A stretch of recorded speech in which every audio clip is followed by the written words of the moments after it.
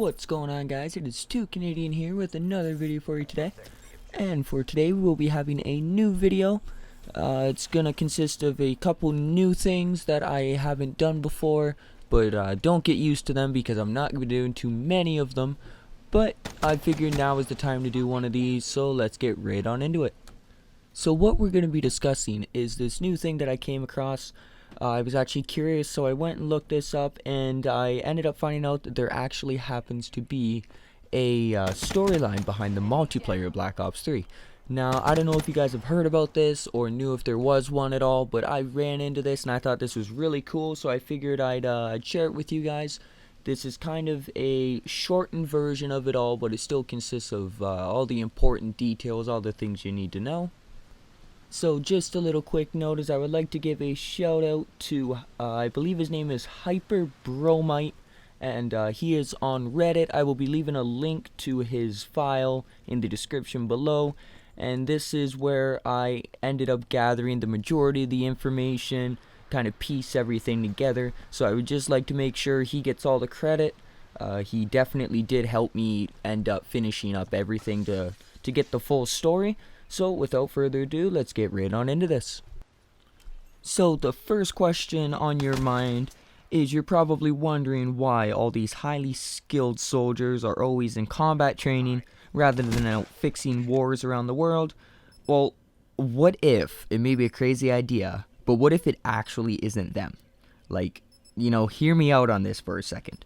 For those of you who have unlocked the final transmission, in all your soldiers, you may have noticed that it said something about the 8 referenced individuals, but if you know simple math and you think about this for a second, you will also know that there is actually 9 specialists in that category.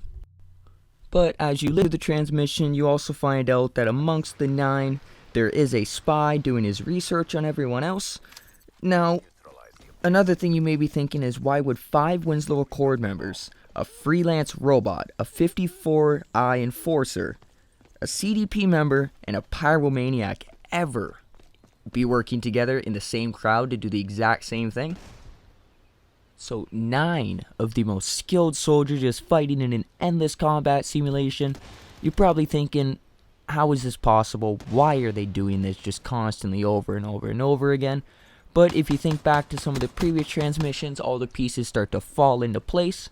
So, to start, we hear Prophet, and he's talking about uploading human consciousness to a machine. And really all that means is that you're cheating death and you're just going to be living through a computer with your mind. However, though, no matter the strength of the technology, the advancement of it, uploading a mind to a computer would only just make another AI system. It'll still be saving all your memories, including your motor and skill memories, but it's not going to make another human. But this is believed to be the program that we are always hearing so much about through all the multiplayer transmissions. So what if I told you that the program we hear so much about is actually, in fact, the combat simulation that we are playing for hours on end? To the game, though, it is nothing more than just an actual combat simulator. So now is when we will be entering the confusing part. So this is when your attention really needs to be on point.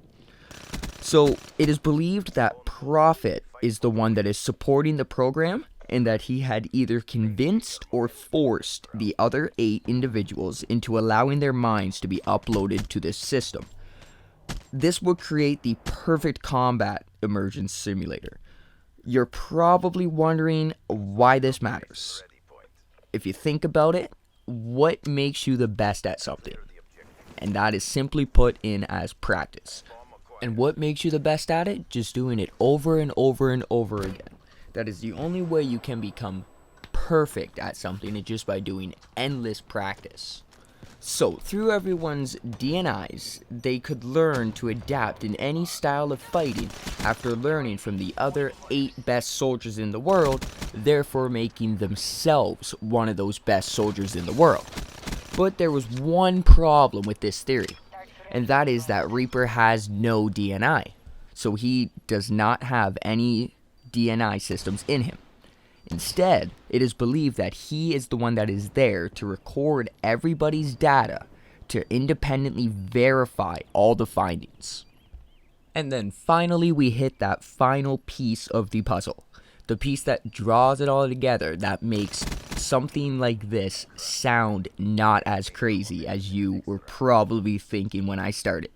So if you think about it, how do these enemies work together? How does a CDP member and a Winslow Accord soldier work together in such harmony? Or best friends like Ruin or Battery kill each other without even blinking an eye?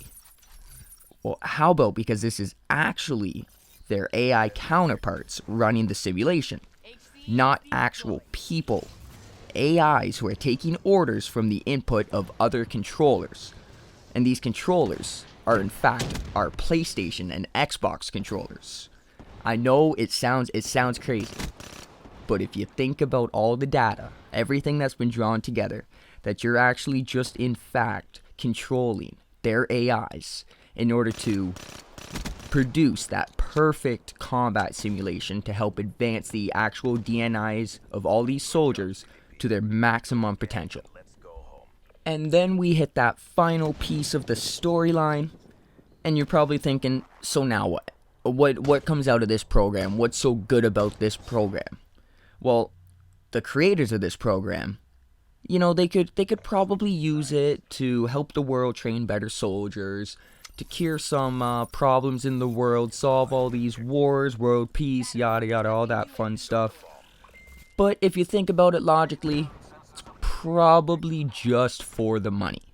You think about a program like this, you could sell it for billions of dollars, just so that a country will be able to fight and train all their soldiers without the risk of losing any of their soldiers. So there you have it. Here's the storyline. That thing that everybody has thought has been missing from the multiplayer, and yet it has finally been introduced by Treyarch. Now, it does take a little bit of an expanded mind in order to really grasp this concept, you know, to fit it into where it actually sits within the universe, but it makes sense. And that's where we're coming from, is, you know, with the information we've been given, out of all the hypothetical storylines everybody has come up, this one takes every piece of the puzzle and fits it together perfectly to make that storyline that fits in no other way that any other storyline has. So it was long. I tried to be in depth without making it too overly long of a video. So I hope you guys enjoyed it. I hope, you know, this kind of opened your mind to the storyline behind the multiplayer. And I hope you really enjoyed hearing that there actually was a storyline behind it like I did. So this has been 2Canadian, and until next time.